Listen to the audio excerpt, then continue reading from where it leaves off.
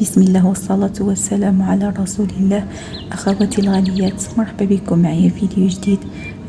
وصفة جديدة في مطبخ شروقي، الوصفات البسيطة. اليوم غنشارك معكم طبيلة الغداء كيف ما كتشوفوا معايا، تتبيلة الشوا وطريقة الباذنجان طريقة عادية، وصلصة مرافقة مع الشوا. وكيف ما كتشوفوا حنا كنتواجدوا في بيت العائلة في البادية. تبارك الله ما شاء الله، الخيرات، الكرموس واشجار الكرموس. دابا خليكم معايا باش نمروا المقادير وطريقه التحضير. عندي هنايا واحد كميه قطعه اللحم، عندي واحد كميه قطعه الدجاج مقطعين مكعبات، واللحم المفروم الكفته، قزبر ومعدنوس، واحد 6 البصلات محكوكين، وشويه الملح. هنايا عندي واحد كميه كيف ما كتشوفوا معايا التزومه محكوكه. عندي هنا الكمون، فلفل احمر، والخرقوم والابزار. دابا غادي نضيف على ديك اللحم المفروم كما كتشوفوا عندي واحد كميه اللي كيبقى كل واحد على حسب افراد الاسره ديالو. ضفت لها تقريبا واحد 2 بصلات ولا 3، ومعلقه الكمون، ومعلقه ديال الفلفل الاحمر، ونص معلقه الخرقوم بلدي، ونص معلقه فلفل اسود. وكل ما ضفنا البصل اللحم المفروم يعني الكفته كتجي رائعه تبارك الله. ضفت له معلقه صغيره ديال الثومه محكوكه، وكنزيد الملح كتبقى عاود حسب الذوق. والملح يعني خصنا نعملوها شويه، يعني ماشي زايده، وانما المهم ان الشوا كما كتعرفوا الملح ديالو كتهبط مع في العافيه، يعني ضروري كنزيدو شي شويه على العاده، يعني لا الذوق دائما، يعني القياس دائما. وزيت قزبر ومعدنوس وكنخلط مزيان.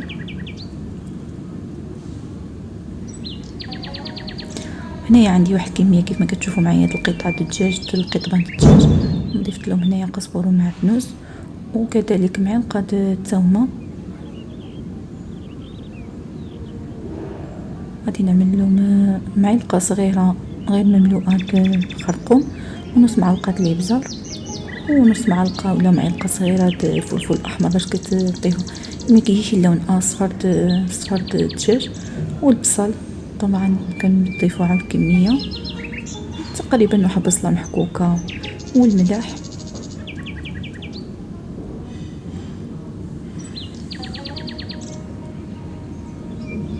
غنزيد هنايا شويه د الزيت، ضروري كنضيفوا الزيت من قطبان الدجاج يعني باش ما يجيوناش ناشفين. وكنخلط مزيان العطريه مع الدجاج.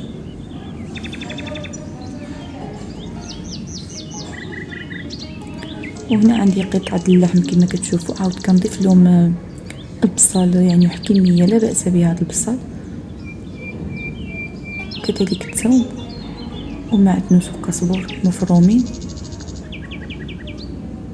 هذه التتبيله كتجي رائعه الشوا، هي تتبيله عاديه وبسيطه ولكن كيجي مذاق رائع، وخصوصا الا خلينا هذا الشوا يعني يبقى تقريبا واحد ساعه ساعتين ولا اكثر، كيجي احسن، كتدخل فيه كيتشرب العطريه والاقامه. كنضيف كذلك الملح، غنزيد عاود شويه الزيت. انا هنايا استعملت زيت الزيتون، يمكن لكم تستعملوا زيت المائده، وغنخلط مزيان.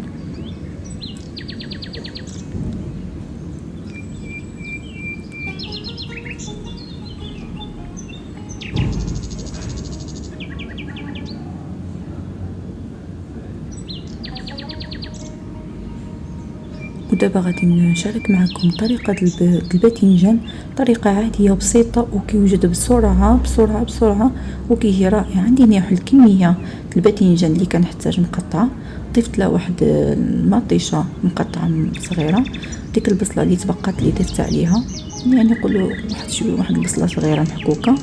عندي هنا قزبر ومعدنوس والثوم، وعملت له 2 معالق كبارين د الخل. ضفت له هاد العطريه اللي بقات لي، كيمون وفلفل احمر وشويه الخرقوم وشويه الابزار والملح. وكذلك ضفت له واحد شويه الطماطم، كانت عندي يعني الطماطم، صلصه الطماطم تقريبا واحد 3 حتى 4 حتى 5 المعالق كبارين، وزيت الزيتون وزيت المائدة، وواحد المعلقة كبيرة مركز طماطم.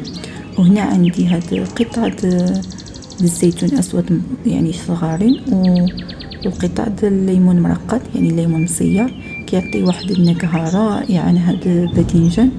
جربوها غادي اكيد غيعجبكم.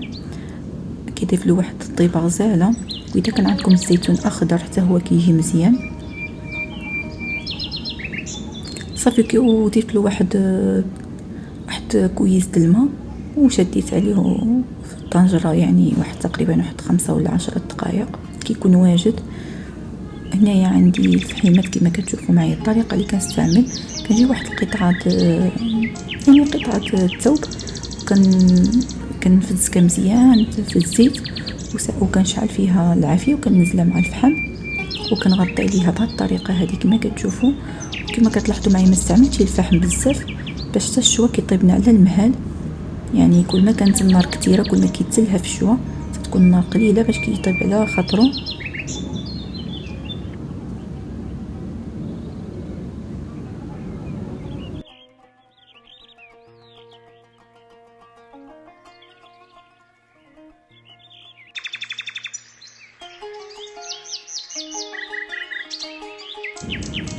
دابا كيف ما كتشوفوا معايا كنعمر القطبان كما كتشوفوا ديال اللحم.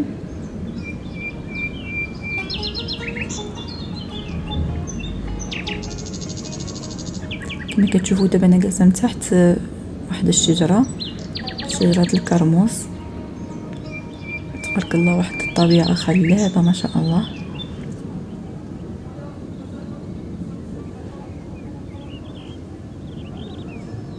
يعني كيجي الشوا دابا حنا في الايام باقيين العيد كيجي غزال في الطبيعه،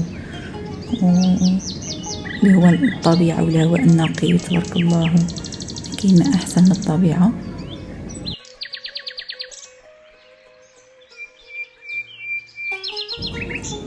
حتى هاد القطبان د الدجاج كيجيو فتيين وكيجيو رائعين.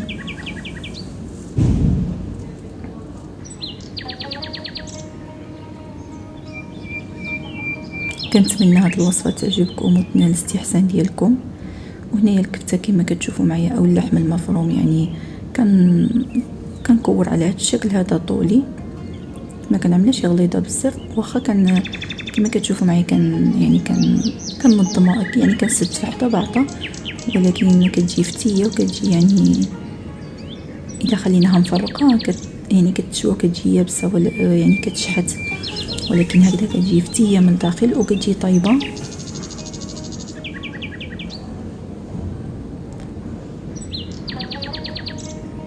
وهي الشجره اللي كنت جالسه من تحت منها كنت كنصور ديك التتبيله د الشوا، هي هذه الشجره.